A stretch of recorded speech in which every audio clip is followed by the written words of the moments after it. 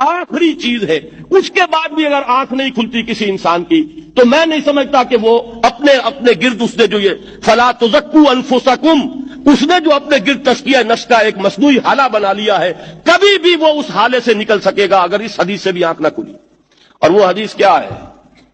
مولانا اشرف علی تھانوی نے اس کو اپنے جو خطبات جمعہ ہیں ان میں نقل کیا ہے، بیہقی کی روایت ہے۔ اوحى اللہ عز وجل الى جبرائیل علیہ الصلوۃ والسلام ان اقلب مدینہ کذا وکذا باہلھا،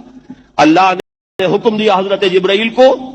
فلاں فلاں بستیوں کو الٹ دو اس کے رہنے والوں سمیت۔ قال فقال، حضور نے فرمایا، اس پر حضرت جبرائیل نے عرض کیا بارگاہ خداوندی میں،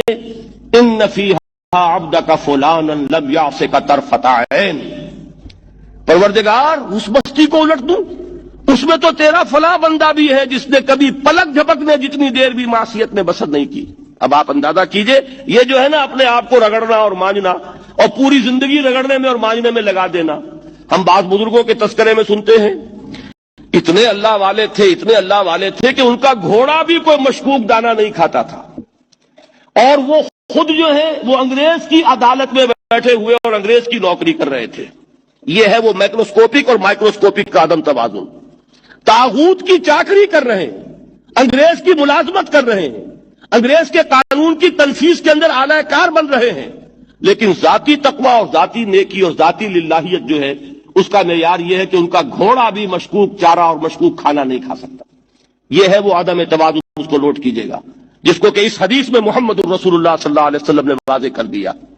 کہ حضرت جبرائیل عرض کرتے ہیں کہ اللہ فلاں بستی کو الٹ دوں، اس میں تو تیرا فلاں بندہ بھی ہے جس نے پلک جھپکنے جتنی دیر بھی معصیت میں بسر نہیں کی۔ ذاتی نیکی کا اب اس سے اونچا کوئی مقام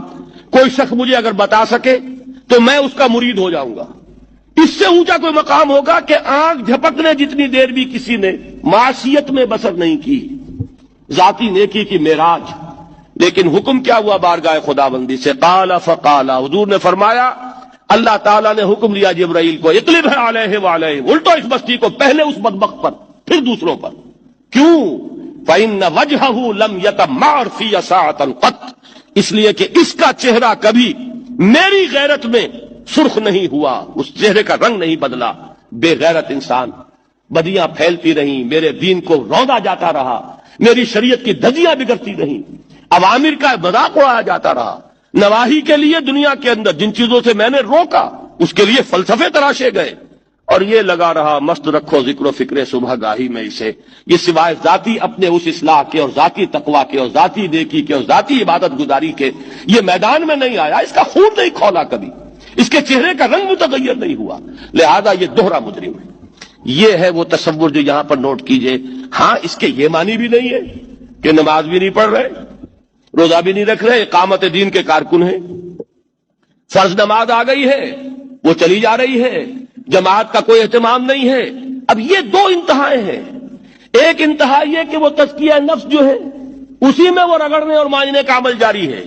ایک یہ کہ اس کا سرے سے کوئی تعلق ہی نہیں، اپنی ذات سے بحث ہی نہیں۔ وہ کیفیت وہ ہو گئی ہے جو یہود کی آئی ہے قرآن مجید میں کہ تامرون الناس بالبر وتنسون انفسکم وانتم تتلون الکتاب، کیا تم لوگوں کو نیکی کا حکم دیتے اور اپنے آپ کو بھول جاتے ہو؟ یہ دوسری انتہا ہے۔ پھر وہی بات عرض کروں گا، وہی بال سے زیادہ باریک اور تلوار کی دھار سے زیادہ تیز راستہ ہے جس پہ چلنا ہوگا، کہ نہ یہ ہو کہ وہ مبالغہ ہو رہا ہو، اپنی ذاتی اصلاح میں تو مبالغہ کی حد تک آگے جا رہے ہیں، اور دوسرے یہ کہ اپنے دین کی تبلیغ و اشاعت، اقامت دین کی جدوجہد، اس کا کھانا ہی نہیں کھولا زندگی میں، وہ کھاتا ہی نہیں کھلا ہے۔ یہ ایک انتہا ہے۔ دوسری انتہا یہ ہے کہ انسان یہ سمجھے اپنے آپ کو کہ میں تو مجاہد فی سبیل اللہ اور دین کا کارکن اور دین کا میں اللہ کے دین کو قائم